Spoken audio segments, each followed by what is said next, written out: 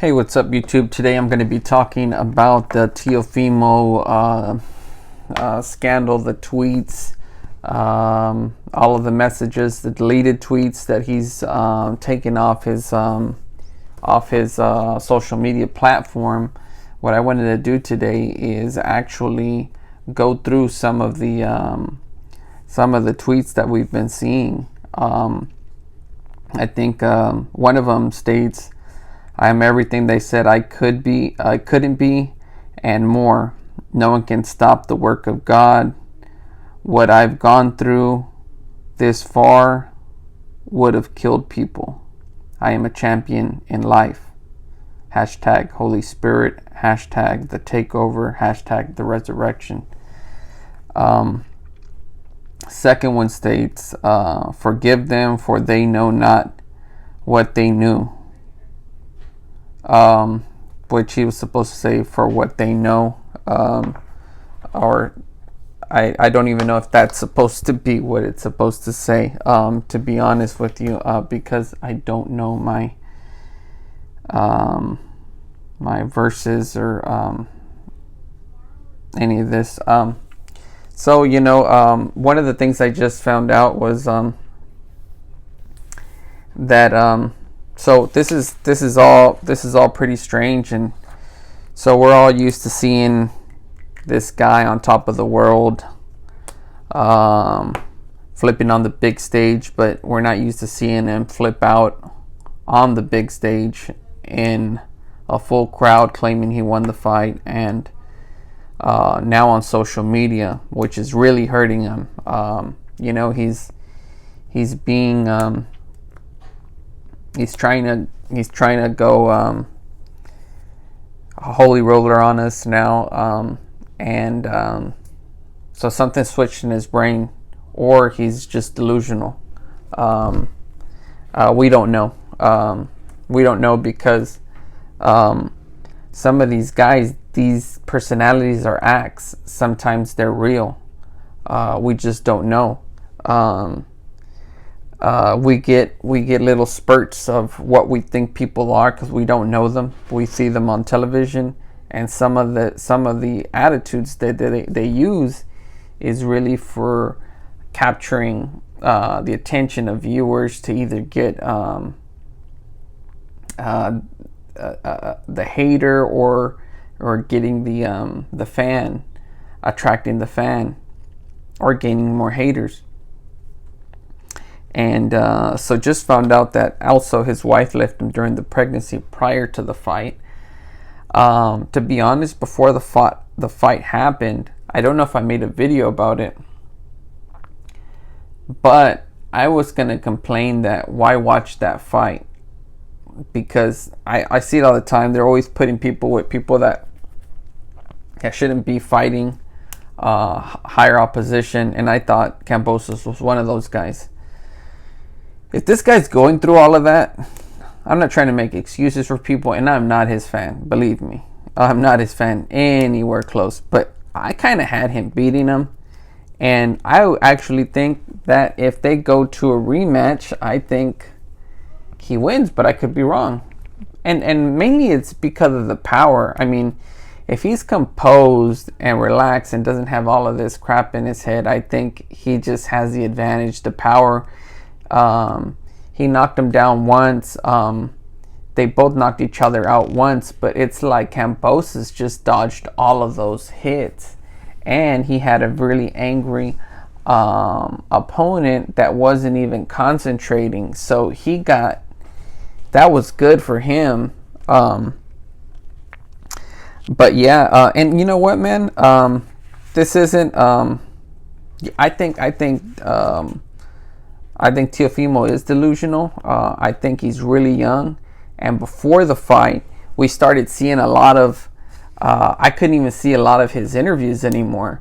I think people would ask him things, commentators, and then he'd say, "You know what, man?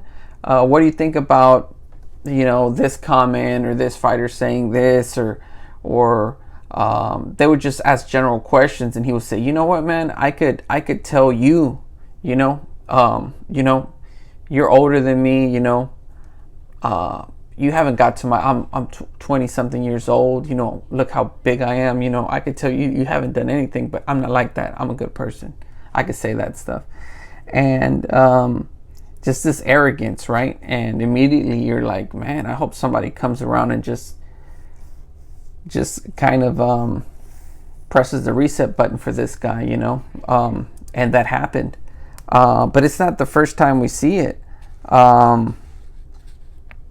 This guy had an upset. We actually deserved to lose, but one of the fighters that was also delusional and threw tantrums that no one's talking about is none other than Floyd Mayweather. I forget the commentator, the old man. When he looked, the old man told him, man, if I was any younger, I'd fight you, I'd kick your butt, or I don't know what he told him. He says, they shouldn't even have you on here. And the guy disappeared. Floyd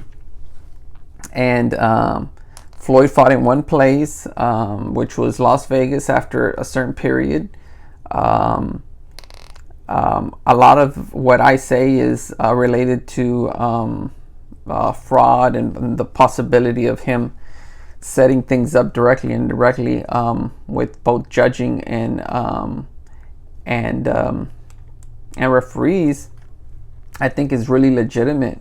I think the guy set up things to where he wasn't going to wasn't going to ever lose.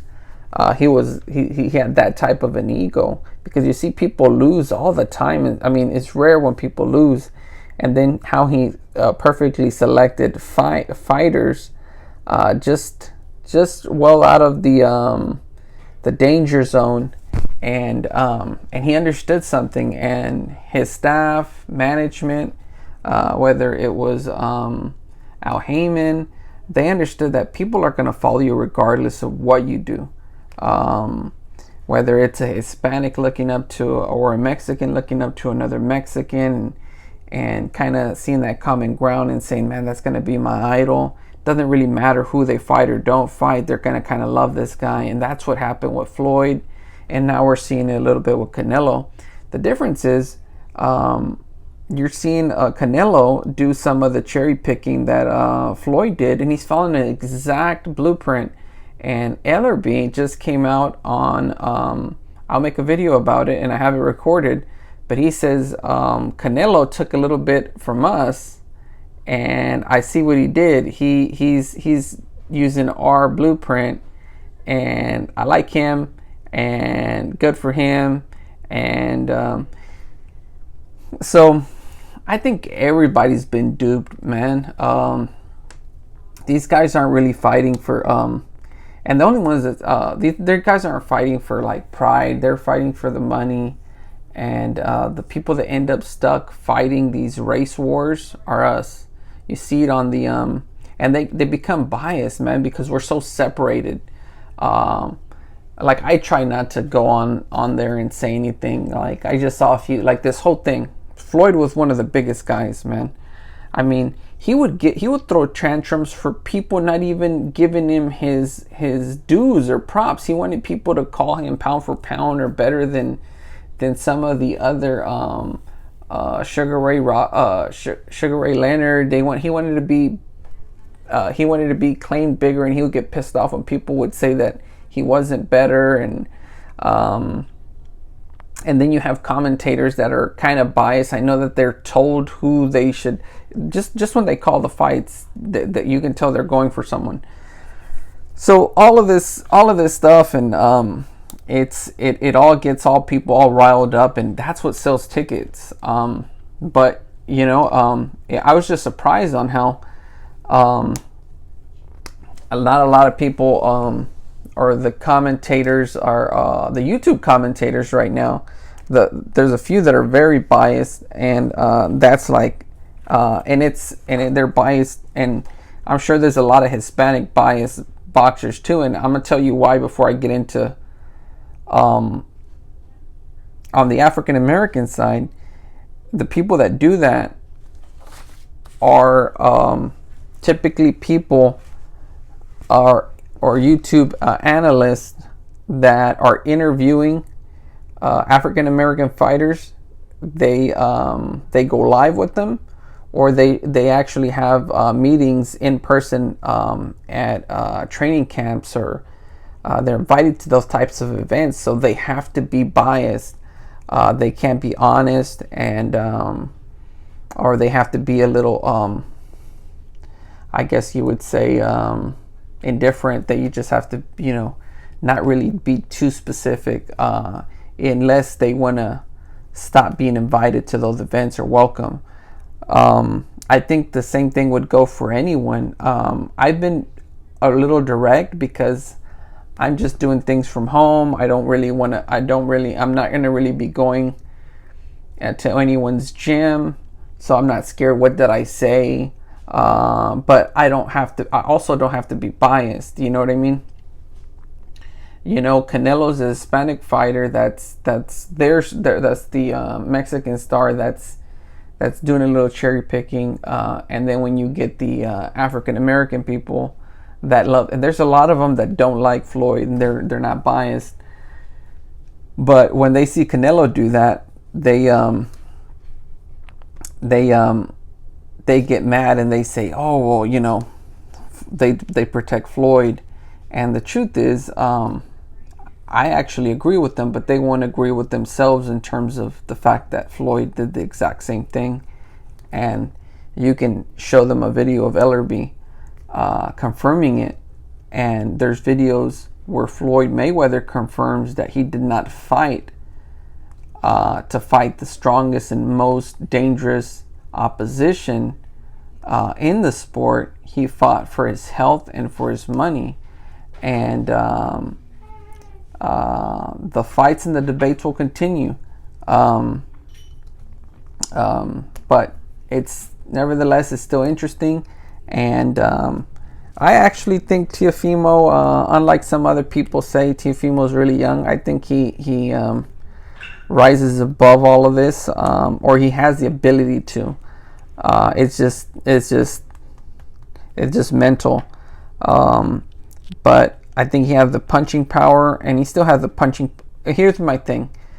I don't really see anyone, even at the 135 division, knocking him out. Well, that's old news now that he's moving up to 140. Now that's a different story. I don't know about that. Which leads to another thing, is the 0, the undefeated record that Floyd kind of left behind, and people are adapting as their blueprint, which is going to make the sport horrible. One thing that I tell people, Floyd did not care for the African American community in terms of the fighter. He did not. Typically, someone hands down, what do they say, the torch. So it would have been perfect if he fought an African American fighter that had the ability to beat him, and that would have gained an immediate stardom to continue the pound for pound division. Instead, he elected to fight someone that was completely unable to beat him, so he could right away in the sunset like this god that was unbeaten. And that's what he wants people to remember him as. And imagine if he would have fought like Errol Spence. I like Errol Spence. I'm a pretty big fan of Errol Spence. Imagine if he would have fought Errol Spence. Errol Spence would have been amazing. He beat Floyd, and he actually truly beat him on stage. And Floyd wouldn't have taken a beating. Floyd hugs so much and clinches. As long as it wouldn't have gone to a decision. Floyd does an amazing job at protecting himself anyways.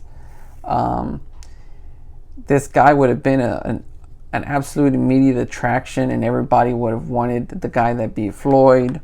Or Terrence Crawford. Imagine if he would have let Terrence Crawford fight him.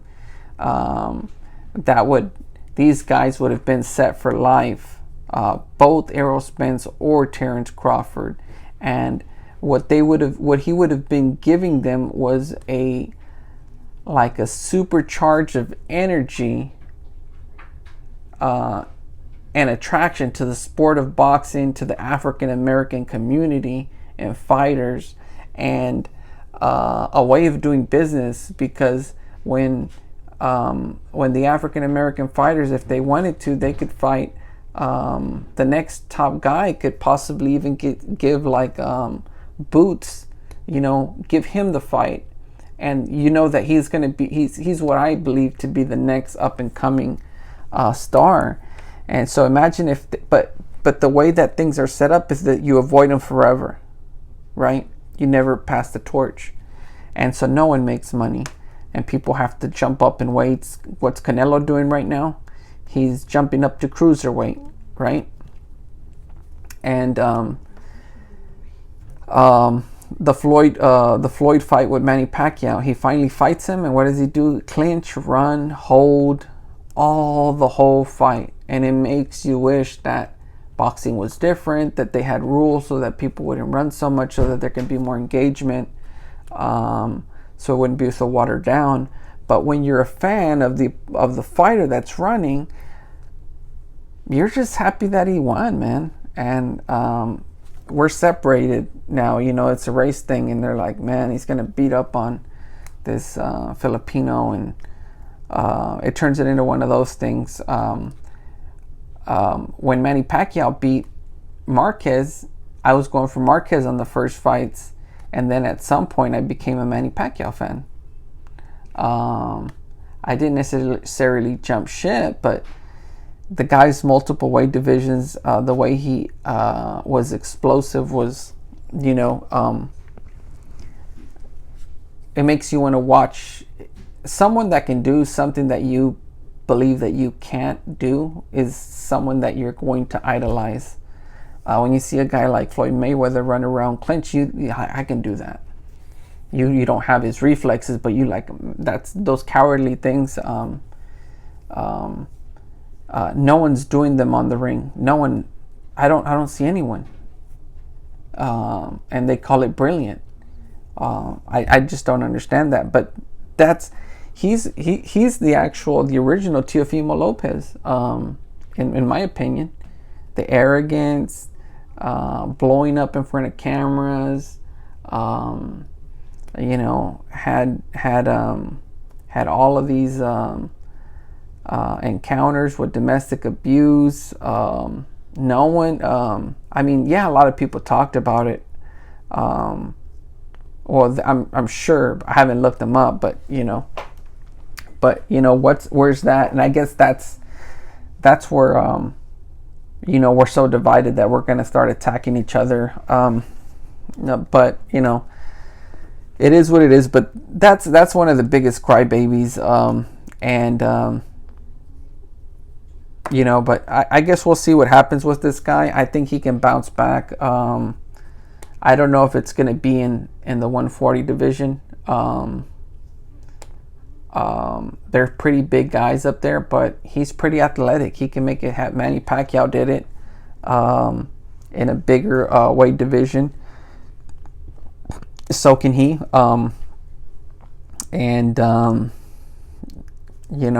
He's a young guy. He could probably come back, and let's see what happens. So other than that, I'll see you guys on the next episode video. And please like and subscribe. Please make sure to leave any comments, whether they're good or bad. Doesn't really matter. You're not hurting my feelings. Other than that, I'll see you on the next one.